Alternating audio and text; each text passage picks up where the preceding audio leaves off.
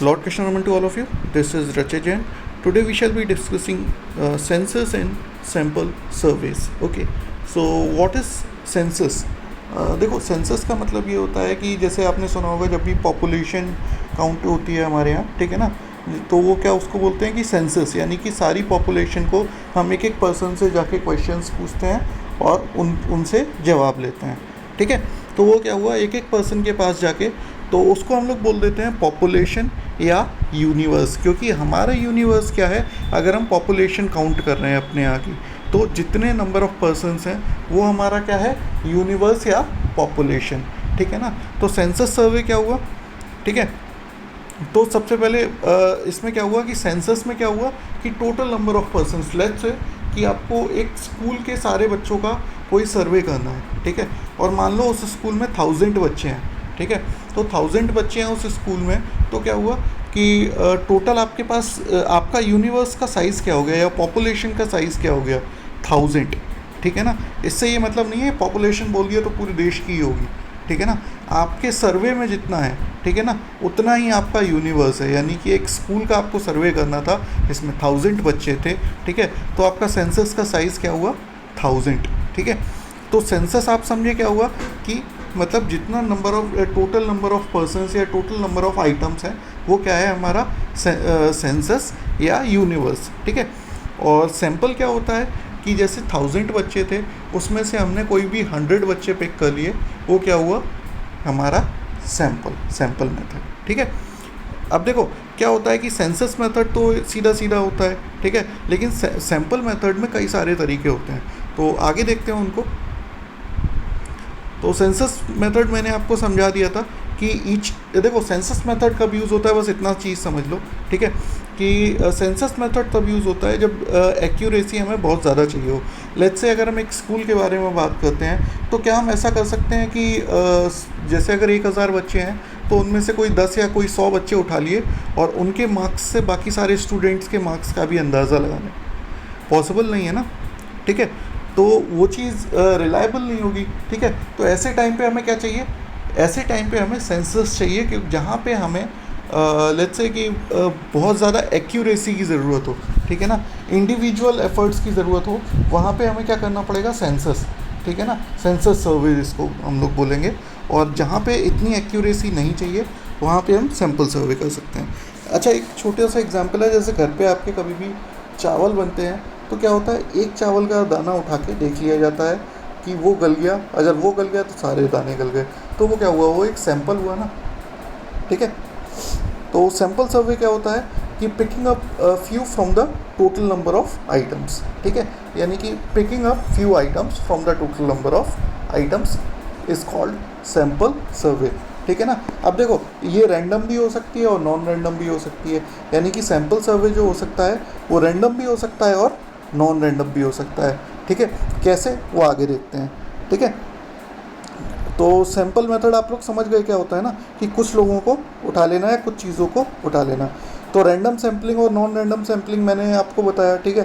तो random sampling क्या होती है कि सिंपल एंड अनरेस्ट्रिक्टेड सैम्पलिंग सबसे पहले, ठीक है, यानी कि कोई रेस्ट्रिक्शन नहीं है, सीधे सीधे आपको 1000 लोग दे दिए गए, आपके ऊपर कोई रेस्ट्रिक्शन नहीं है, आप किसी को भी पिक करो, आपको ये बोल दिया गया बस 1000 में से कि 70 बच्चों की सैम्पलिंग करके दो या 80 बच्चों की सैम्पलिंग करके दो, तो आपने अपने मन से कोई भी 80 बच्चे निकाले और उनकी सैम्पलिंग कर दी, ठीक है ना। उनके मान लीजिए आपको मार्क्स चाहिए थे कि सारे बच्चों की ये वेट या हाइट चाहिए था लेट्स से, ठीक है।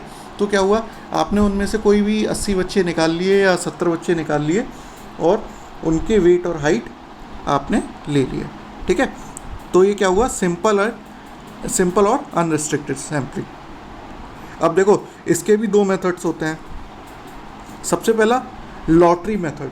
लॉटरी मेथड में क्या होता है कि सीधे सीधे आपको लेट्स से कि 1000 बच्चों की चिट्स बना के एक बाउल में डाल दी गई, ठीक है। आपने कोई भी चिट उठाई, उस बच्चे को बुलाया नाम से, ठीक है, और उस बच्चे से पूछा कि भाई तुम्हारा हाइट क्या है, तुम्हारा वेट क्या है, वो क्या हुआ, एक लॉटरी मेथड, ठीक है ना, जो एक बहुत ही जनरलाइज मेथड है। Next, table of random samplings. अब देखो बहुत सारे स्टैटिशियंस हुए हैं जिन्होंने अपनी अपनी टेबल्स बनाई हैं, ठीक है, उनके हिसाब से भी सैम्पलिंग होती है। जैसे एक है टिपेट्स रैंडम सैम्पलिंग नंबर्स, ठीक है ना। इसमें क्या हुआ, 10,400 नंबर्स को 4 डिजिट्स एट अ टाइम में उन्होंने प्लेस किया है, ठीक है। उसके बाद MG candle and Babington Smiths random sampling numbers, इसमें 1,00,000 डिजिट हैं, ठीक है। उसके बाद रैंड कॉरपोरेशंस 1,000,000 रैंडम डिजिट्स, ठीक है। और स्कैंडर्स 10,000 random numbers, Fisher's and Yates table having 15,000 digits. अब देखो जितना बड़ा आपका सर्वे है उसके हिसाब से आप इनमें से कोई भी स्टैटिशियन चूज़ करके उसके सैम्पल मेथड को यूज़ कर सकते हो, ठीक है ना। अगर आपको 2000 में से 15 स्टूडेंट चूज़ करने हैं तो हम सबसे छोटा वाला यानी कि 10,400 जिसने नंबर दिए हैं, ठीक है, उसको उठा लेते हैं। तो टिपेट्स रैंडम सैम्पलिंग हम यहाँ पे यूज़ कर लेते हैं, ठीक है। मेरिट्स डीमेरिट्स आप लोग खुद से देख लीजिएगा, उसमें इतना कुछ है नहीं खास, ठीक है। Next is restricted random sampling, यानी कि इसमें कुछ रेस्ट्रिक्शंस होती हैं। सबसे पहले स्ट्रैटिफाइड रैंडम सैम्पलिंग, इसमें क्या होता है, इसमें कुछ ग्रुप्स में बांट दिया जाता है। लेट्स से सबसे पहले आपके पास 1,000 बच्चे थे तो उन्हें बांट दिया गया बॉयज़ और गर्ल्स में, ठीक है ना, होमोजेनियस यानी कि एक जैसे ग्रुप्स में बांट दिया। सबसे पहले बॉयज़ और गर्ल्स में बांट दिया, फिर क्या किया, फिर क्लास वाइज उसको डिवाइड कर दिया, ठीक है ना, जिससे एक रूपता हो, या एज वाइज उनको डिवाइड कर दिया। क्योंकि क्या होता है ना कि कई बार आप एक चीज़ नहीं देख सकते कि 5 साल के बच्चे को वेट को आप 15 साल के बच्चे के वेट से कंपेयर नहीं कर सकते, ठीक है ना। तो एक होमोजेनस ग्रुप्स बना दिए गए, 5 से 7 साल, 7 से 9 साल, 9 से 11 साल, 11 से 13 साल, 13 से 15 साल, ठीक है। और इसी तरह से उनके एक ग्रुप बना दिए गए कि उनको स्ट्राटा, जो ये ग्रुप्स होते हैं उनको हम लोग बोल देते हैं स्ट्राटास, ठीक है ना। उनको किस में डिवाइड कर दिया गया, स्ट्राटास में अलग अलग, ठीक है ना। तो ये क्या हो गया, स्ट्राटाफाइड सैम्पलिंग, ठीक है। अब देखो इसमें कई सारे डिफरेंट टाइप्स होते हैं इसके। सबसे पहले proportional stratified sampling is one in which the items are taken from each stratum in proportion of the units of stratum of to the total population। अब देखो इसमें क्या किया जाता है कि लेट्स से आपके पास 300 गर्ल्स थी, ठीक है, और 700 बॉयज़ थे, ठीक है। तो आपने क्या किया, 30 गर्ल्स ले ली और 70 बॉयज़ ले लिए प्रपोर्शन में, ठीक है ना। यानी कि 700 बॉयज़ थे तो अगर हमने गर्ल्स का भी 10% ले लिया और बॉयज़ का भी 10% ले लिया। Next, Disappropriate stratified sampling is one in which units in equal numbers are taken from each stratum irrespective of its size। अब देखो यहाँ पे क्या किया गया कि भले ही लड़कियाँ 300 थी, लड़के 700 थे, लेकिन हमने क्या किया, दोनों में से 50-50 ही निकाले। उनके साइज़ को हमने नहीं देखा, हमने सीधा सीधा क्या किया कि 300 लड़कियाँ और 700 लड़के थे, लेकिन फिर भी हमने दोनों में से 50-50 ही निकाले, यानी कि इक्वल साइज़ निकाला, ठीक है। Next, stratified weighted sampling is one where units are taken in equal numbers from each stratum but weights are given to the different stratas on the basis of their size। अब देखो फिर क्या होता है यहाँ पे क्या होता है कि हमने नंबर ऑफ स्टूडेंट्स तो इक्वल निकाले, ठीक है ना, हमने 50-50 निकाले, लेकिन जब उसको फाइनली कैलकुलेट करेंगे तो हम वेटेज किसको ज़्यादा देंगे, जिसका साइज़ बड़ा है, ठीक है ना।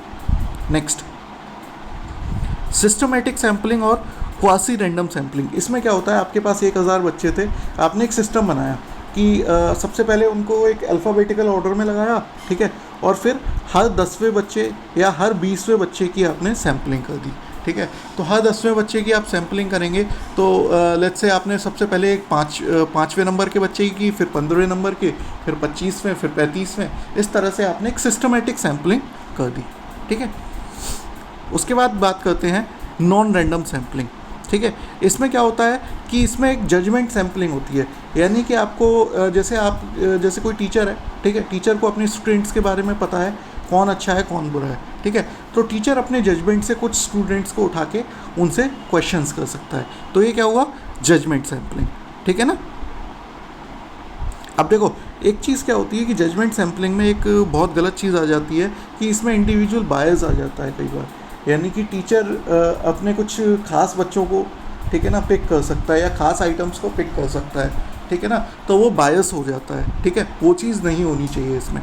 नेक्स्ट इज़ कोटा सैम्पलिंग, ठीक है। इसमें क्या होता है, कोटा सैम्पलिंग में क्या होता है कि आपको कुछ कोटाज बना के दे दिए जाते हैं कि लेट्स से आपको बोला गया कि आपको 10 फैक्ट्रीज़ की सैम्पलिंग करनी है, लेकिन 2 फैक्ट्री उसमें फूड की होनी चाहिए, 2 फैक्ट्रीज़ ऐसी होनी चाहिए, 2 फैक्ट्रीज़ वैसी होनी चाहिए। या 10 स्कूल का आपको सर्वे करना है, जिसमें क्या होना चाहिए, 2 पब्लिक स्कूल्स बॉयज़ होने चाहिए, 1 पब्लिक स्कूल गर्ल होना चाहिए, ठीक है, और 3 बॉयज़ सीनियर सेकेंडरी स्कूल होने चाहिए, और 2 गर्ल्स सीनियर सेकेंडरी स्कूल्स होने चाहिए, और 2 होने चाहिए कैसे, को एजुकेशन स्कूल्स, ठीक है ना। और इसमें से क्या करना है आपको, 50 स्टूडेंट्स को सब में से इंटरव्यू करना है, ठीक है, और 10 स्टूडेंट हर क्लास से होने चाहिए, ठीक है। तो ये क्या हुआ, आपको कोटा बना के दे दिया गया कि 50 टोटल स्टूडेंट होने चाहिए, 10-10 स्टूडेंट हर क्लास से कोटा होना चाहिए, यानी कि इसको कोटा में डिवाइड कर दिया गया ना, ठीक है ना, कि इतने % इससे, इतने % इससे, ठीक है। Next is convenience sampling. इसमें क्या है, इसमें कोई भी कोटा वोटा, देखो नाम से ही क्लियर हो रहा है यहाँ पे, ठीक है, यहाँ पे कोटा वगैरह कुछ नहीं है, ठीक है। इसमें क्या है, इसमें सीधा सीधा आपको total number of people they दिए जाते हैं, ठीक है, कि आपको इतने सैंपल हमें ला के देने हैं और आप पे छोड़ दिया जाता है। जैसे आपको बोला गया कि स्कूलों का सर्वे करना है, तो हो सकता है आपके घर के आसपास जो स्कूलों, आप अपनी कन्वीनियंस के हिसाब से वहाँ से हमें सर्वे करके दे दो। अब आता है हमारा पॉइंट, एडवांटेजेस ऑफ सैम्पलिंग। अब देखो कि इसके एडवांटेजेस क्या होते हैं सैम्पलिंग के। सबसे पहले टाइम बचता है, इकोनॉमी ऑफ टाइम, ठीक है। फिर कॉस्ट बचती है, क्योंकि देखो कम लोगों पे सर्वे होगा, टाइम भी बचेगा, कॉस्ट भी बचेगी, ठीक है। Next, reliability. अब देखो हम लोग अभी देख के आ रहे हैं, जैसे ये पीछे टेबल्स वगैरह देख के आ रहे हैं, टिपेट्स टेबल वगैरह, तो उसमें क्या था कि अगर हम वो मेथड्स को यूज़ करते हैं, तो वो साइंटिफिक मेथड्स को यूज़ कर रहे हैं, तो वो रिलायबल भी होती है चीज़, ठीक है। Next is minimum error. अब देखो क्या होता है कि आपके पास एक सेंसस है, ठीक है, तो सेंसस में अगर मान लो आपने पूरे 1000 बच्चों पे कोई सर्वे किया होता, तो उनको रीचेक करना, ठीक है ना, उनके एरर्स को फाइंड आउट करना मुश्किल था। लेकिन जब आपने 100 लोगों का या 50 लोगों का सर्वे किया है 1000 में से, तो उनके एरर्स को रेक्टिफाई करना ईजी होता है, यानी कि एरर्स को देखना ईजी होता है, ठीक है। Next, follow up. अब यानी कि आपके पास अगर 50 या 100 लोगों का सर्वे है 1000 में से या 10,000 में से, तो आपके पास क्या है, आप उनको दोबारा से रीचेक भी कर सकते हो, यानी कि फॉलोअप भी कर सकते हो, क्योंकि आपके पास कम लोग हैं, ठीक है। Next, information in depth. अब देखो क्या है कि अगर आपको बोल दिया जाए 1000 लोगों से क्वेश्चंस पूछने हैं, तो क्या होगा, आप कुछ लिमिटेड नंबर ऑफ़ क्वेश्चंस पूछोगे, और यही बोला जाए कि उन्हें 1000 में से आपको 50 लोगों से क्वेश्चन पूछने हैं, तो आपके नंबर ऑफ़ क्वेश्चन ज़्यादा होंगे, तो इन्फॉर्मेशन आपके पास ज़्यादा आएगी, ठीक है ना। Next is indispensability. इसका मतलब क्या होता है कि अगर हम देखें कि कोई आइटम है, लेट्स से चावल, ठीक है ना, अगर आपको बोला जाए कि चावल आपके घर में पक रहे हैं, ठीक है, और आप एक एक चावल चेक करके बताओ कि वो गला है या नहीं गला, ठीक है, तो क्या आप कर सकते हो? ऐसा नहीं हो सकता ना। तो ऐसे टाइम पे क्या होता है, सैम्पलिंग ही काम आती है। कुछ चावल यूज़ किए जाते हैं जिनको चेक कर लिया जाता है, ठीक है। नेक्स्ट पॉइंट है हमारा चेकिंग सेंसस रिजल्ट्स। अब देखिए क्या होता है कि आपने पॉपुलेशन का पूरा एक सेंसस, यानी कि जो हमारे यहाँ पॉपुलेशन थी, जनगणना जिसको हम लोग बोलते हैं, वो करके आए, ठीक है। फिर क्या हुआ, आपको उसका रिज़ल्ट भी तो चेक करना था, ठीक है। तो रिज़ल्ट चेक करने के लिए क्या होता है, हम लोग सैम्पलिंग का यूज़ कर लेते हैं कि कुछ लोगों को चूज़ कर लिया पॉपुलेशन में से, जिन पे जाके हमने क्रॉस चेक कर लिया या क्रॉस वेरिफिकेशन कर लिया। सब लोगों के पास ना जाके क्रॉस वेरिफिकेशन या क्रॉस चेक कुछ लोगों पे कर लिया, ठीक है। तो आज का वीडियो यहीं तक है, ठीक है। नेक्स्ट वीडियो में हम लोग बात करेंगे सेकेंडरी डेटा को कलेक्ट कैसे करते हैं, ठीक है। Thank you.